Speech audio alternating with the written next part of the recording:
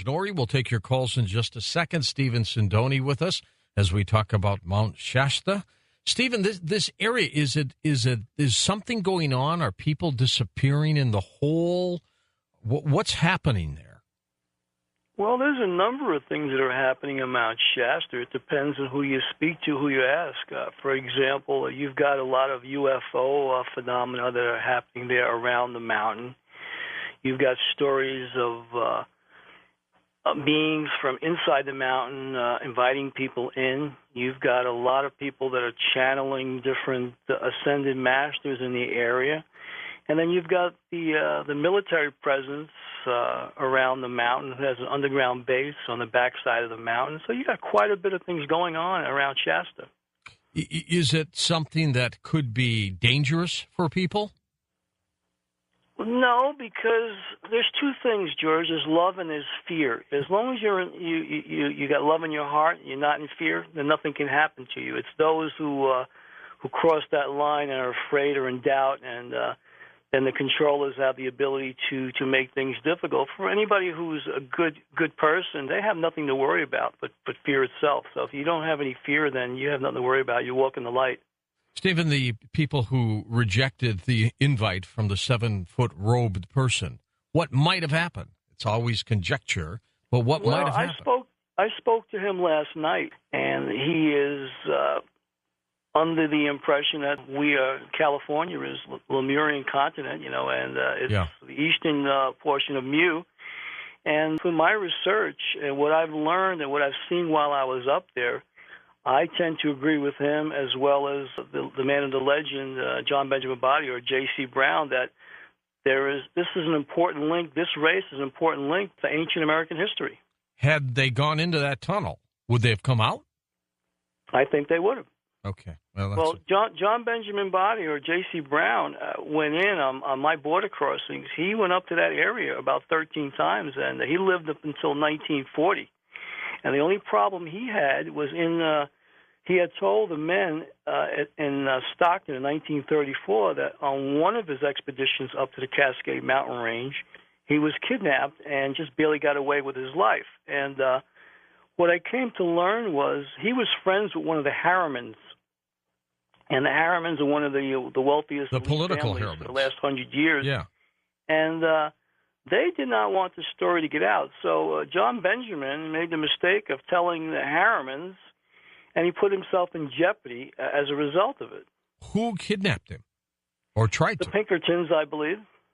The security company? Before the CIA, there was the Pinkertons. They were a group of the government that was sent out to squelch different things. I believe it was the Pinkertons that scared him off. The tunnel, is it natural or is it man-made?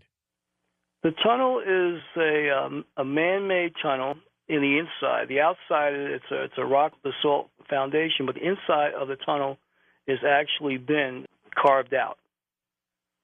Okay, let's go and take some calls. Let's go to Medford, Oregon. Jim, you're with us on Coast to Coast. Hey, Jim. Yeah, I'm Shasta Indian myself. Okay. I belong to the Shasta Nation here. And I've been up on Mount Shasta several times. I just want to say that it's our tradition that we don't go above the snow line on the mountain. It's our creation. Well, why not? Like our Creator created us from up on the mountain and wake us seat. And what do you think's going on up there, Jim? Well, it's something that we kind of keep under our hats because it's sacred. Well, lift up the hat and tell us. People. What's going on. Come on, you called. Yeah. It's just that, in many cases, we try to keep, people from going into it because it's the creation. Are you trying to keep them from going into it because it could be dangerous for them or because it's sacred? It's sacred. All right. Go ahead, Steve. It's been at Northgate on the north part of the mountain where the Shasta Indians have their own, they've got their sacred site there on the Northgate side of the mountain, and it's about, I'd say, 5,000 feet elevation where that is. Have you ever been there? I've been through there, yes. Okay, so you're aware of that, okay? Because that's the highest level that I see remnants of your people in Mount Shasta. As we talk about the hollow earth, is it hollow ground, basically, hollowed ground? Is it spiritual, Stephen? Yes, it is. Diane Robbins, who is one of the channelers of Adama from Telos, who was a friend of mine when I was up there. Basically, there is a civilization that lives underneath that mountain in a crystalline type of a city that have been giving her information, and other people as well have information about these Telosians. And through the years, there's been stories of them coming into town with gold nuggets to buy things, and then like next thing, and they were wearing like hippie type garments, and then all of a sudden they mysteriously disappear. But they've been seen throughout the years, so this has been documented evidence of a civilized race on this mountain. Let's go to Jabari, calling from California, first-time caller. Hello, Jabari. Hi, it's just an amazing show tonight. Thank you so much. I've been to Mount Shasta. I make pilgrimages there regularly. I was a guy who was raised to only believe what was in the Bible, but I just saw so many things that particular holy book couldn't explain. And George, and I was actually in the jungles of Peru, even though I lived near Mount Shasta. I was in the jungles of Peru when I found out how holy it was. This French woman I met there said, "You've got to go. You've got to drink the water." And I've been, people see UFOs there. They have angelic contacts. Every dream I have there, every night I'm in the area, is a vision. I tell you, it's just a center of love and synchronicity. And it's not just Mount Shasta, George. It's the neighboring mountains as well. It's that area. You can feel the energy there, can't you? Well, speaking of the eclectic things that happen there, Hedge Creek Falls, I'm going to throw that out there.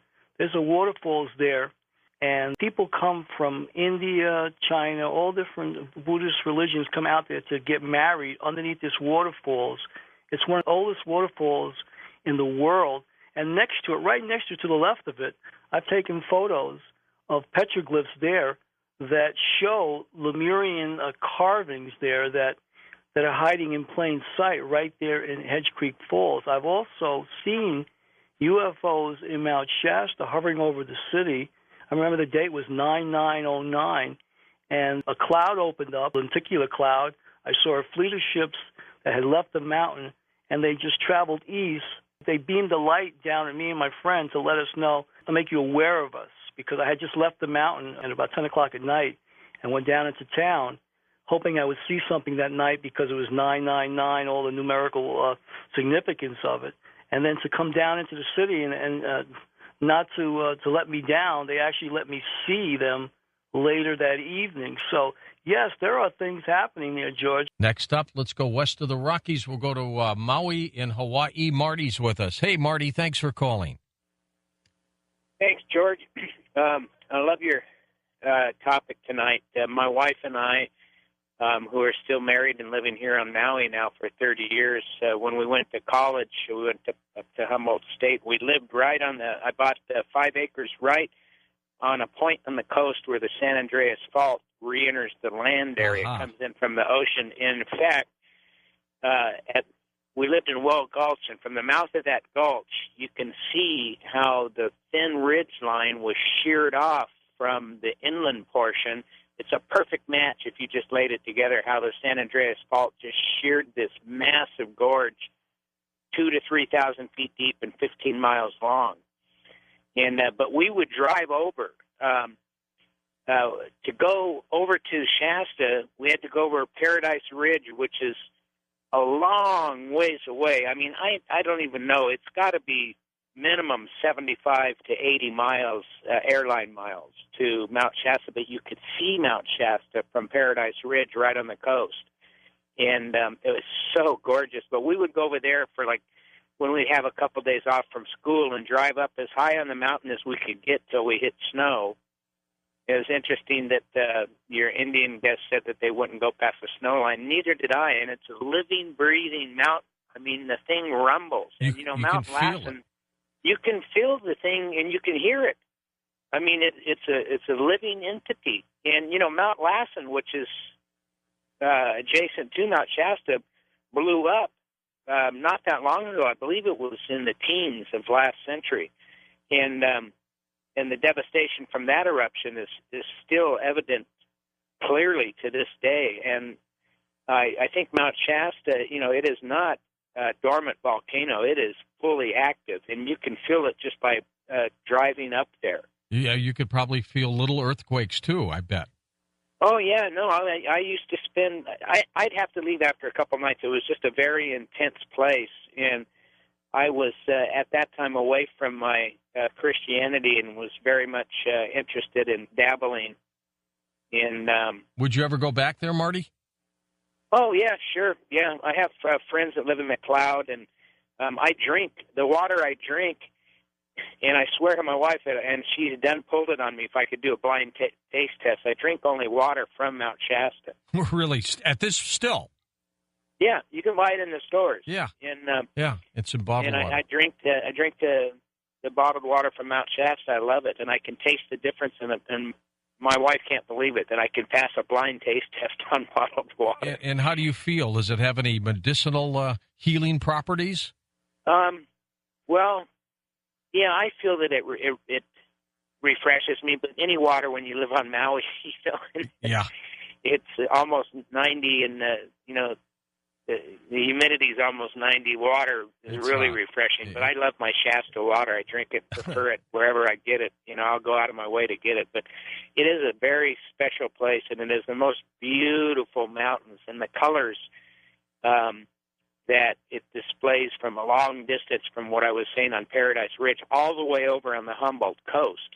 You could look over and pick out Mount Shasta, the very summit of it. And the colors at sunset time around it are just gorgeous. I mean, they're as gorgeous as any tropical sunset, which we have here in abundance. Oh, yeah, it is. We've got some pictures up there at coasttocoastam.com, and it is quite the sight. Still getting a lot of UFO reports out there, Stephen? I'm getting...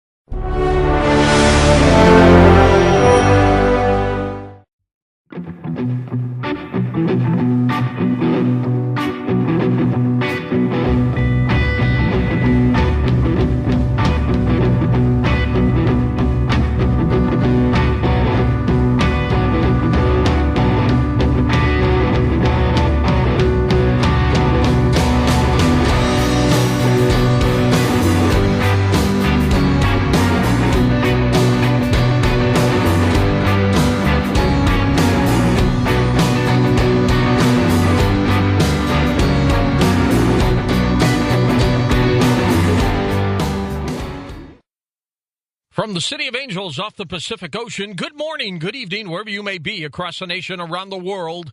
I'm George Norrie, and welcome to Coast AM. First of all, happy Yom Kippur, Day of Atonement for those of you of the Jewish faith. And if you're into the supernatural, you're going to enjoy this hour. Stephen Sindoni grew up on the streets of New York City and was surrounded by people of many backgrounds, ethnicities. This aroused some curiosity about the human condition and a need to understand, hey, what makes people choose the paths that they go down? Such is the case when he came across the legend of J.C. Brown. We'll talk about that, the man who claimed to have discovered a lost city in Shasta Mountain and hidden treasure and remnants of a legendary society. Here's Stephen on Coast to Coast. What an exciting story, Stephen. How are you? Very good, George. It's been a long time since we've spoken. Yes. It's a pleasure to be on with you again. You were with me about 4 years ago, I think. That is correct. I was with you on April 18, 2008, to be correct. Well, good to have you back. For a lot of people who are brand new to this show, Stephen, tell us a little bit about the legend of J.C. Brown. Okay, the legend of J.C. Brown it's a baffling story about a man who shows up in Stockton, California in 1934 at the age of about 67, and he goes into the office of the editor of the Stockton Record newspaper, and he spins a tale about a lost treasure that he said he had found 30 years earlier while employed with the Lord Cowdray Mining Company of England, approximately 1903 and 1904. And the editor of the paper gets him in touch with John Root, who becomes the organizer of a group. They also get the curator of a museum, Harry Noyes Pratt, of the Hagen Museum in Stockton. And for 6 weeks, they hold meetings twice a day. And J.C. Brown claims that while prospecting, he had come across an unusual rock basalt formation, and upon his second trip up to the Cascade Mountain Range, he dug it out, and whereupon, after going into this tunnel that he found, 3 miles into it, there was mined ore and gold there that he saw from a prehistoric type of race, and as they went further, 8 miles further into this mine-type shaft, he came across a city, as he called it, where he found skeletons 6.5 to 10 feet tall. He found mummified remains of a king and queen, he believed, from Lemuria, and he found hieroglyphics that showed an ancient culture. And what he wanted was these 80 people that had assembled in 1934 to accompany him up to Mount Shasta at his expense. And what he said, there was 2 caves that he found, other than the one he was talking about, and that in the 2 caves that he would give the collections of what was found there to the 80 people that went up on the expedition, but the other cave where the mummified king and queen remains were, he wanted to keep intact for the museums. So on the morning of May of 1934, when the 80 people were supposed to leave from Stockton, California with J.C. Brown, he mysteriously disappeared. Oh, really? So you started your own investigation into this. Did you find anything a little different than the myth? Oh, absolutely, I did. When I first read it, I read it in Emily A. Frank book, Mount Shasta, California's Mystic Mountain. There's only 3 pages in there, but I said I'm going to spend a couple weeks at the New York Public Library at the time, and just to see if I could research this to find out what I could, because I was looking for a screenplay to write. And so I spent a couple of weeks. The first thing I did is I said, well, was there a Lord Cowdray? You know, because in the legend is the Lord Cowdray Mining Company. So right. As funny as it sounds, I just Googled Lord Cowdray Mining Company. All of a sudden, bullseye, I found out that there was a Lord Cowdray Mining Company. It pops up, huh? So it pops up. So I'm looking further. It says, who is this Lord Cowdray? And this was the tough part, because what I found out later, that Lord Cowdray was a name that was given afterwards to Sir Wheatman Pearson, who was knighted in 1916 and was given the title of Viscount Cowdray in England. So I thought, well, let me look at the age of this man. And he was an older man at the time, but in 1934, one of the stumbling blocks I came across was that Lord Cowdray had died, or Sir Wheatman Pearson had died in 1927, so he could not be the man who showed up in the Stockton record of 1934. So I reread the legend, and it said the man said he was a lieutenant for many years with the Lord Cowdray Mining Company. So I went to a different library in New York, and I was able to find the memoirs of Sir Wheatman Pearson, Lord Cowdray, and in the book, there happened to be pictures of 3 other civil engineers, and I'm looking at the other 3. So I said, you know what, let me go back to the library in 34th Street and look through all the border crossings and see if I can match up the other 3 names of the civil engineers with Sir Wheatman Pearson or Lord Cowdray coming across either in through Mexico, through New York, Canada, or any border crossings coming into the United States, because 80, 90 years ago, our country was pretty much anal retentive with records, like who's coming in the country. Nobody could really sneak in. So there were records at that time. So I said, well, if that be the case, I'm looking for specifics now, 1903, 1904, in that area, as the legend states. And now that I know that Lord Cowdray was really Sir Wheatman Pearson, let me look at him and other men who are in this civil engineer's memoir for Sir Wheatman Pearson. So I did, and lo and behold, one of the men's name in the photo that I had was John Benjamin Body, of the 3 men that were in there in Sir Wheatman Pearson's memoirs. I noticed that John Benjamin Body started making crossings into the United States through Laredo, Texas, as early as 1903. And then I noticed that coming through, he had come in with Lord Cowdray or Sir Wheatman Pearson in 1904 with other men that were engineers of the Lord Cowdray Mining Company. So upon further inspection, I noticed that there was about 3 or 4 instances where Lord Cowdray, Sir Wheatman Pearson himself, came in with J.B. Body, but J.B. Body had come in through Mexico possibly up to 18 times in a 15-year period. But what was interesting, George, was that in the third or the fourth time John Benjamin Body was coming through, on the manifest records, when asked if he had ever been in the United States, he lied and said no. Wow. Why would he do that? Well, the reason why I believe he did that, though, is because going up to Mount Shasta and coming back, he had to cross the border. And some of the artifacts that he had gathered underneath the mountain, he had to be very, very careful as to what he took back over the border into Mexico, because he was working for the Lord Cowdray Mining Company in Mexico. And here was a man who was building the Tijuana-Pec Railroad, which connected the Pacific side of Mexico to the Gulf. And what they did was, when the goods from China would come to the United States, they would come through to Mexico, come across on the Tijuana-Pec Railroad, and they beat the United States to the Panama Canal by 12 years. So this was a major deal for the Pearson Company, or the Lord Cowdray Mining Company, because they were closely related or in business with Porfirio Diaz, the president of Mexico. So he had to hide some of these artifacts, you're basically saying. Exactly. All right. Now, this tunnel, this long, long tunnel, so it's very possible the things he says that he found, these skeletons and everything else, might be real. Exactly. Did anybody else find it? I mean, have you seen it? Is it out there? Now, there's got to be something mystical about this. Yes, there is. And here's the mystical part of it. After I was on your show, I decided to go out to California to actually find these doors that lead into the bowels of Mount Shasta. Upon doing so, someone had sent me an email about a man who was hiking in that area, and him and his daughter. It was on Thanksgiving of 2008. So I was on your show in April. But in November of 2008, this gentleman, while walking with his daughter, had come across this rock formation, mm-hmm. and out of nowhere, a 7-foot man with a white robe appeared and spoke with a British accent and invited them in and told them they had just found the back entrance to Telos.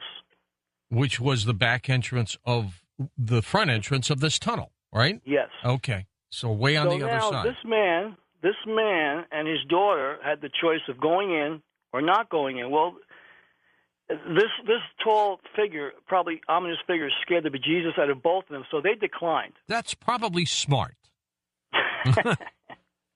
Now, this man, his grandfather, Levi Van Fossen, owned the property by Hedge Creek Falls and Mossspray Falls about 100 years ago. So this property that this man was walking on was once owned by his relatives.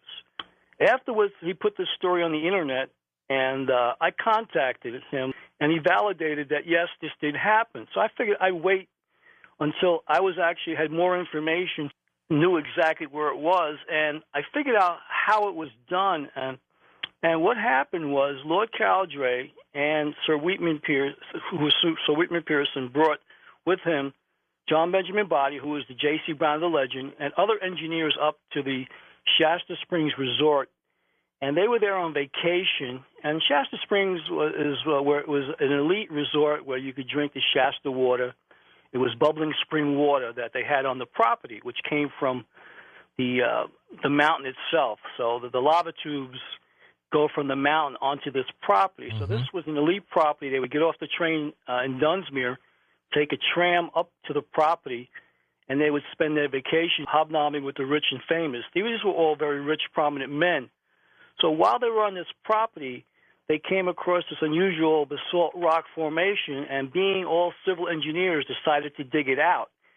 And on consecutive trips, J.B. Body kept coming back and back and back, request of his boss, so Wheatman Pearson, Lord Cowdray, to dig this out for the artifacts.